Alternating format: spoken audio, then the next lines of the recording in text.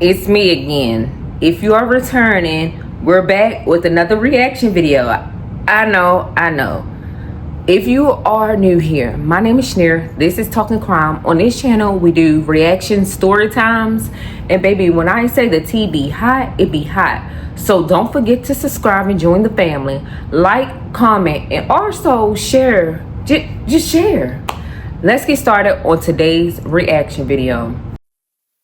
My neighbor turned his truck into a bomb and tried to kill me and my entire family. I won't go into the whole thing because I can make like 80 parts about the 2 years prior to this happening. He was threatening my family due to his own delusion of thinking that my dad was sleeping with his wife, who was a crackhead. My dad had never met her, but for some reason, my neighbor thought that they were sleeping together. So November 10th, 2023, my dad was making breakfast, my husband was on the couch, and my mom was getting ready in the other room because they were going to be leaving the house at like 10:30 to go on a birthday trip for my mom. It was a little bit after 9 a.m. and I go to take my shower, take my clothes off, go to start the water. There's two little windows above the shower, and all of a sudden the house shakes. It's like a sonic boom. It felt like a train had hit our house. Immediately the bathroom was on fire. The glass windows broke out and glass shattered and flew at my face. I didn't know what was going on, but my first thought was, it's our neighbor, because he had previously threatened to do exactly what he had just done. And then it was, do I put clothes on or do I run out of the bathroom that's on fire? Oh, I forgot to mention like the scariest part. Something flew past my head and I didn't know what it was. My first thought was that it was like a structural part of our house had like collapsed. When my neighbor drove into the house, he had a 300-pound steel I-beam across the headache rack of his truck. So it was like, this is his truck and the beam is like this hanging off the top of the truck, if that makes any sense. So that flew through the house. It came through the wall about a foot away from my head, through this wall behind me and into our guest bedroom.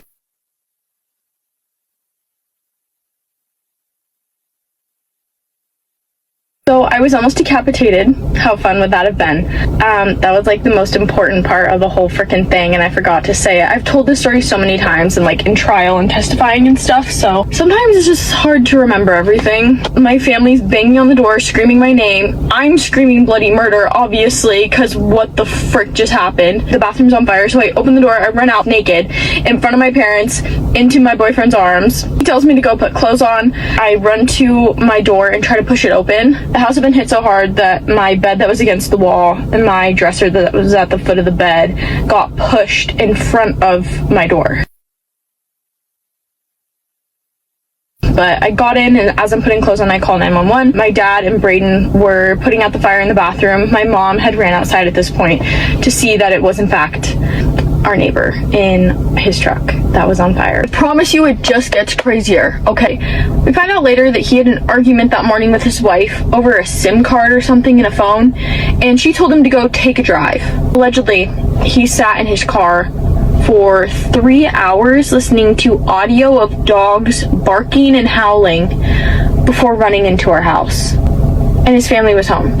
No one thought that was weird. She comes in screaming, it's him, he did it. The boys run outside. My mom's on the phone with 911. I'm still putting clothes on, calling 911. By the time I get outside, our neighbor is out of his truck, crawling around on the ground. I think now is a good time to mention that he doesn't have legs.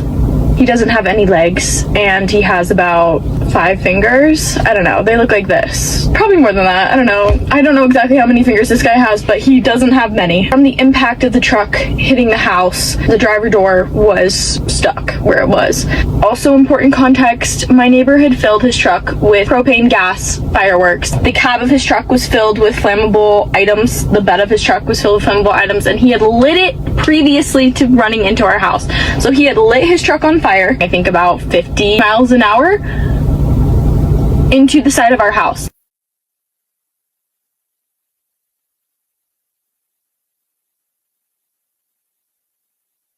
The only thing that saved our house from burning, honestly, was that we have concrete siding on the house. That saved it from burning fast.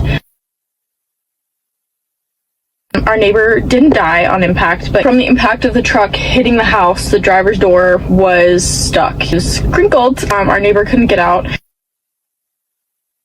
He was hitting himself in the head, begging Braden to shoot him, saying, "This is for my wife, this is for my wife." Because like I said, he delusionally thought that my dad was having an affair with his wife, whom he had never met. My dad yanks on the door and can't get him out, and he yanks on the door again and can't get him out, and the flames from the cab of the truck start to surround him, and he's now on fire. My dad, in one last attempt to get him out of the truck, saved his life. He opened the door enough to get him out and threw him into the yard. He was on fire, and my dad told him to roll around and put himself out, as he was also screaming at him for almost killing me. By the time I get outside, he's putting himself out on the ground. The cops are coming, okay, the firefighters are arriving.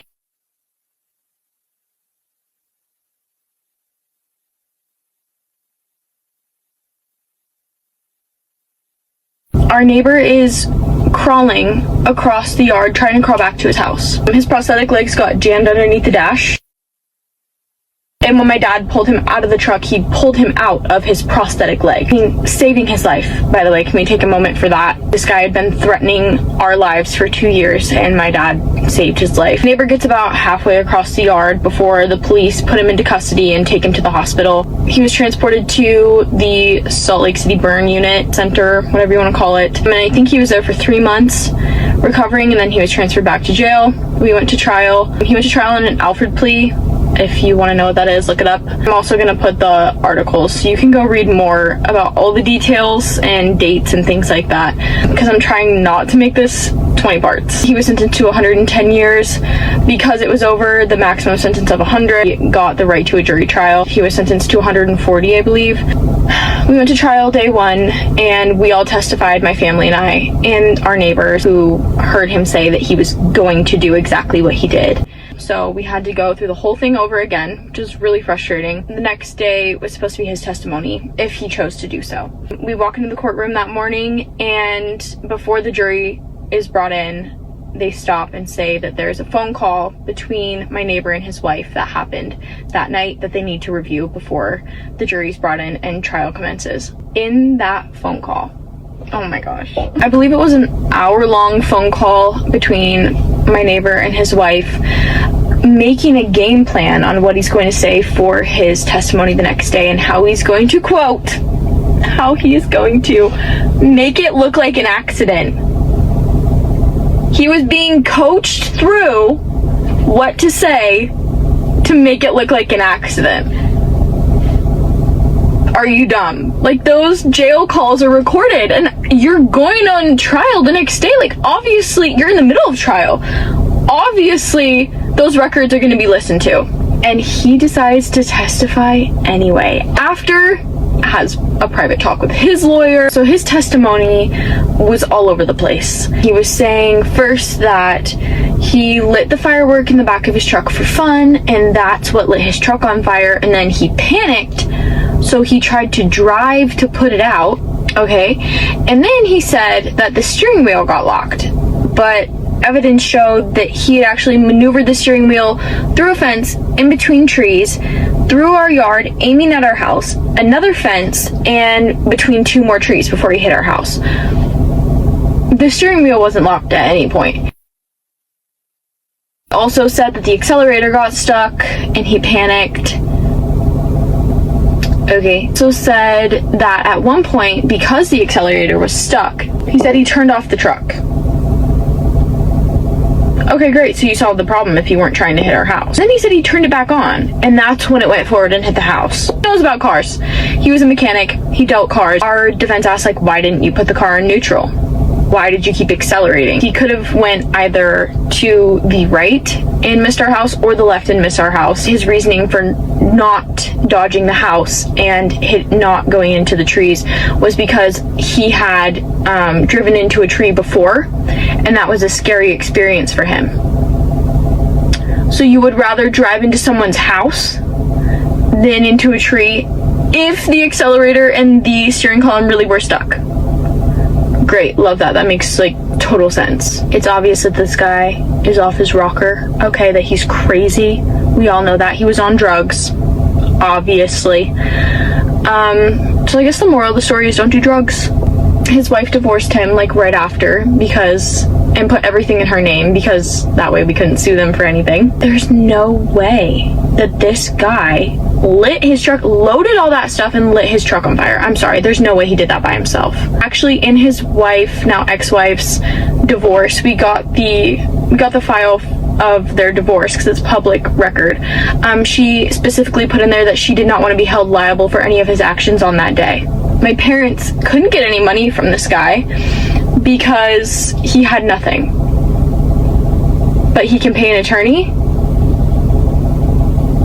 Okay. Also, we couldn't go after like insurance or anything because they withdraw liability if it was done on purpose. Any severance my parents got didn't even cover the repairs on the house. After he made the threat that he was going to turn his truck into a bomb and kill us all, he said that he was going to start with killing his wife, then he was going to kill another one of our neighbors who he also suspected of having an affair with his wife, and then he was going to kill us, more specifically my dad. He actually attempted to strangle his wife, and she was able to use Siri to call 911. He failed in his attempt to kill his wife.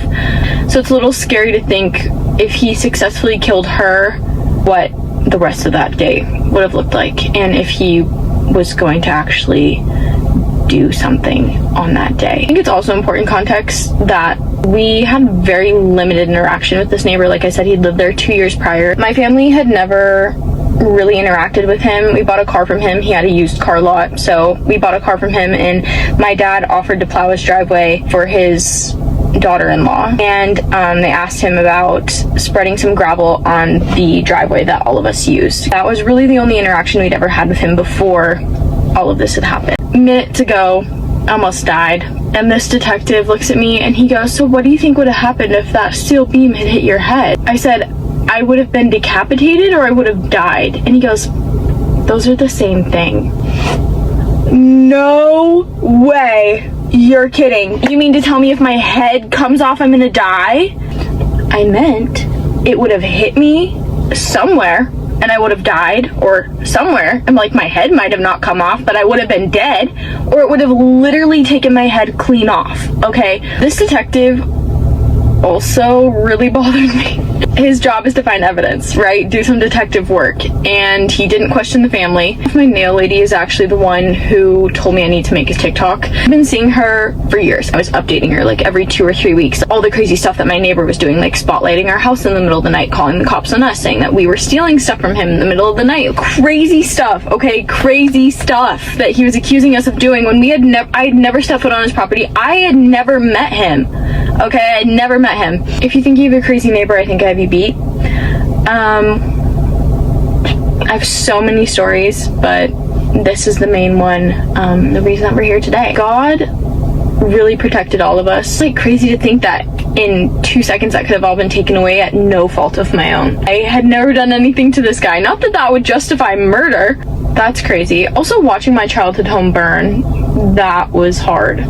But like I said, God really was looking out for us. Yes, there was a rebuilding process, but we didn't lose the whole house. The story is just crazy. Like, the story's crazy. This guy's nuts. That was like our nickname for him.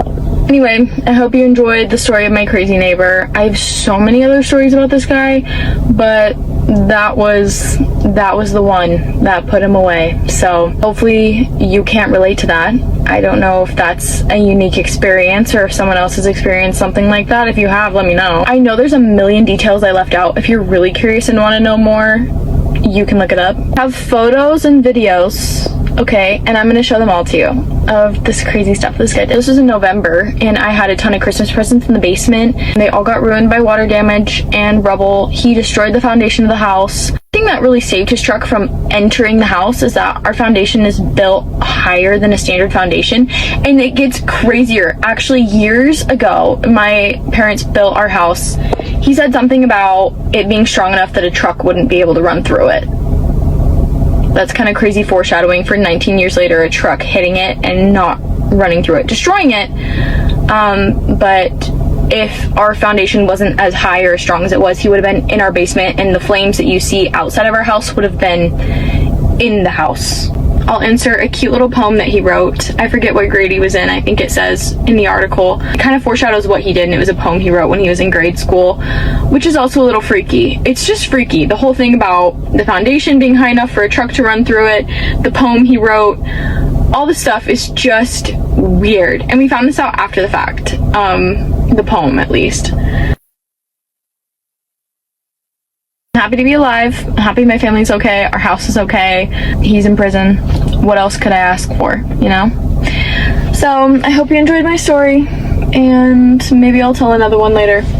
Yo, that is crazy. May this type of neighbor never fucking find me. Like, all these stories about crazy neighbors, stalking neighbors, murderers, like, that shit is crazy. Imagine buying land, building a house, and put it on there only to be next to a crazy lunatic. Like, somebody that is crazy. Obviously, he probably did some stuff like this before, probably wrecked before, and that's why he got a prosthetic leg and fingers gone. I don't know what it is. Maybe he was in the military and lost all this stuff, but oh boy was crazy from the jump. Like, it's time to get the fuck out of there. It's time to get off there if somebody just constantly keep threatening your family life, because the shit might just happen. Like, this story is crazy. There's so many more stories like this that be on First 48 and crime channels about horrible neighbors.